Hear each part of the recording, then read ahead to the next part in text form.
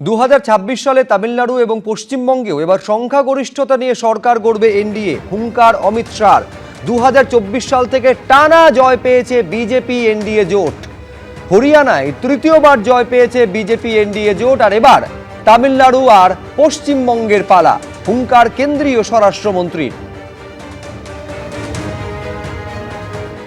Bharatiya Janata party के विजय के साल रहा 2026 में तमिलनाडु और बंगाल में प्रचंड बहुमत से एनडीए की सरकार बनानी है।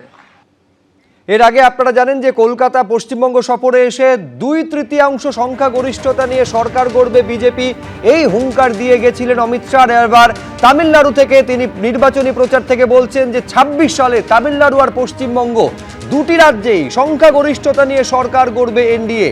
2024 সাল থেকে টানা জয় পেয়েছে বিজেপি এনডিএ জোট। হরিয়ানায় তৃতীয়বার জয় পেয়েছে তারা, আর এবার তামিলনাড়ু আর পশ্চিমবঙ্গের পালা। এই নিয়ে তৃণমূলের কি প্রতিক্রিয়া দেখব। স্বপ্ন দেখতে তো জিএসটি লাগে না, এখনো ভারত সরকার স্বপ্ন দেখার উপর জিএসটি লাগু করে। তাই অমিত শাহ যদি স্বপ্ন দেখতে চান, দিবা স্বপ্ন, কারোর আপত্তি কিছু নেই। সংবিধানে গণতান্ত্রিক অধিকারের মধ্যে স্বপ্ন দেখাও পড়ে।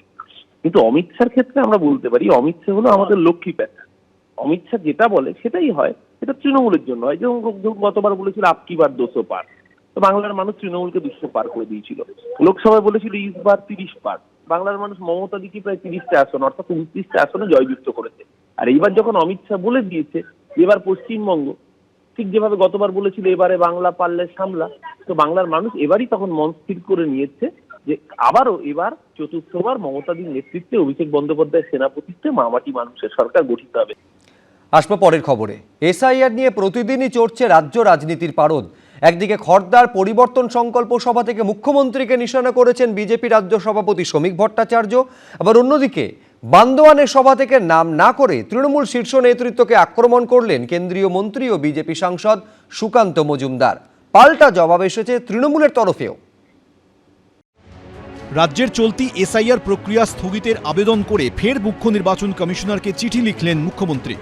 এই আবহে এসআইআরকে হাতিয়ার করে ফের মমতা বন্দ্যোপাধ্যায়কে নিশানা করল রাজ্য বিজেপির নেতৃত্ব।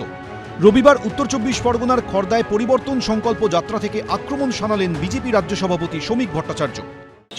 স্পিকারের টেবিলে 2004 সালে সমস্ত অনুপ্রবেশকারীদের নামের তালিকা সহ কাগজ ছুঁড়ে ফেলে দিয়ে বলেছিলেন সিপিআইএম বাংলাদেশি অনুপ্রবেশকারীদের নাম বাংলার ভোটার লিস্টে ঢুকিয়ে রেখেছে, এই দিয়ে কোনো শান্তিপূর্ণ নির্বাচন হওয়া সম্ভব নয়। চোখের জল ফেলে বেরিয়ে এসেছিলেন মমতা ব্যানার্জি। জানি না কেন এমন হয়, তুমি আর নেই সে তুমি।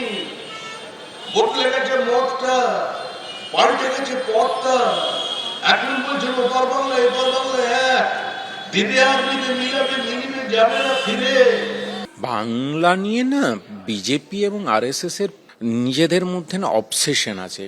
1905 সালে যখন বঙ্গভঙ্গ করার চেষ্টা করা হয়, লর্ড কার্জন যখন বঙ্গভঙ্গ করেন তখন তাকে সমর্থন করেন কে? শ্যামাপ্রসাদ মুখার্জি। সেই শ্যামাপ্রসাদ মুখার্জির উত্তরসূরিরা আজকে বাংলা নিয়ে কথা বলছেন। আজকে এই বাংলার বুককে কেটে ভারতবর্ষ স্বাধীনতা পেয়েছে, এই রক্তাক্ত হয়েছে, আমাদের ক্ষত আমরা বয়ে চলেছি। বিজেপি এবং আরএসএস তার জন্য সর্বতোভাবে দায়ী। মানে তখন বিজেপি তৈরি হয়নি, মাফ করবেন, আরএসএস সর্বতোভাবে দায়ী। এই যে কষ্টকল্পিত একটা জিনিস তারা তুলে ধরার চেষ্টা করছেন, সেটা বাংলার মানুষ বুঝে গেছে। বাংলার মানুষকে এত বোকা ভাবার কারণ নেই। বিহারেও দেখাতে পারেননি, এখানেও দেখাতে পারবেন না। বছরের শেষ সপ্তাহে রাজ্যে এসে বঙ্গ বিজেপিকে ভোটের রণকৌশল বেঁধে দিয়ে গিয়েছেন অমিত শাহ। ইতিমধ্যেই জেলায় জেলায় শুরু হয়েছে পরিবর্তন সংকল্প যাত্রা। রবিবার পুরুলিয়ার বান্দোয়ানের সভা থেকে নাম না করে তৃণমূলের শীর্ষ নেতৃত্বকে আক্রমণ করেন বিজেপির সাংসদ ও প্রাক্তন রাজ্য সভাপতি সুকান্ত মজুমদার। সারা বছর খেয়ে মধু, ভোটের সময় এসেছে যদু। আর এই যদু বলছে জনগণকে যা বলবো জনগণ নাকি তাই বিশ্বাস করে দেবে। এখন ভয় পাচ্ছে, এসআইআর হচ্ছে, এসআইআর বলছে বন্ধ করে দেবো।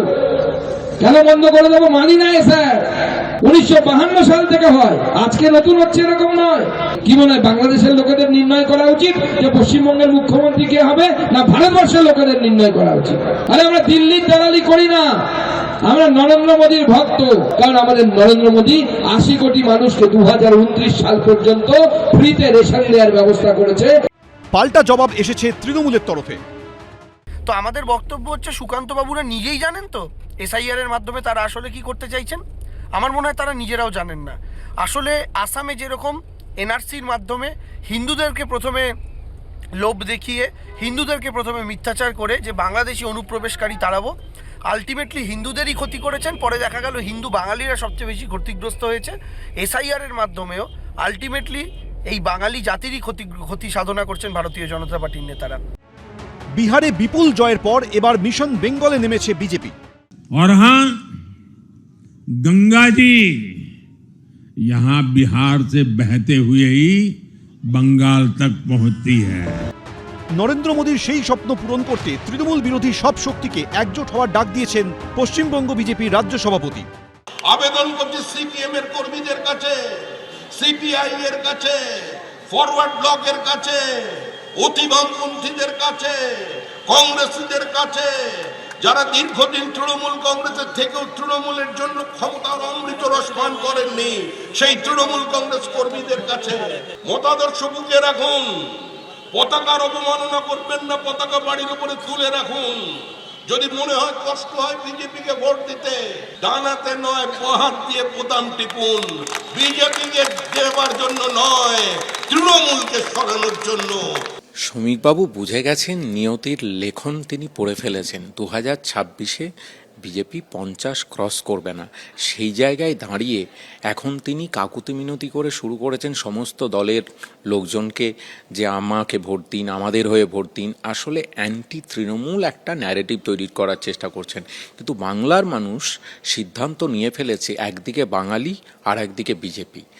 সব মিলিয়ে ভোটমুখী বঙ্গে লাফিয়ে চড়ছে রাজনীতির পারদ। এবিপি আনন্দ। এবিপি আনন্দ, এগিয়ে থাকে, এগিয়ে রাখে।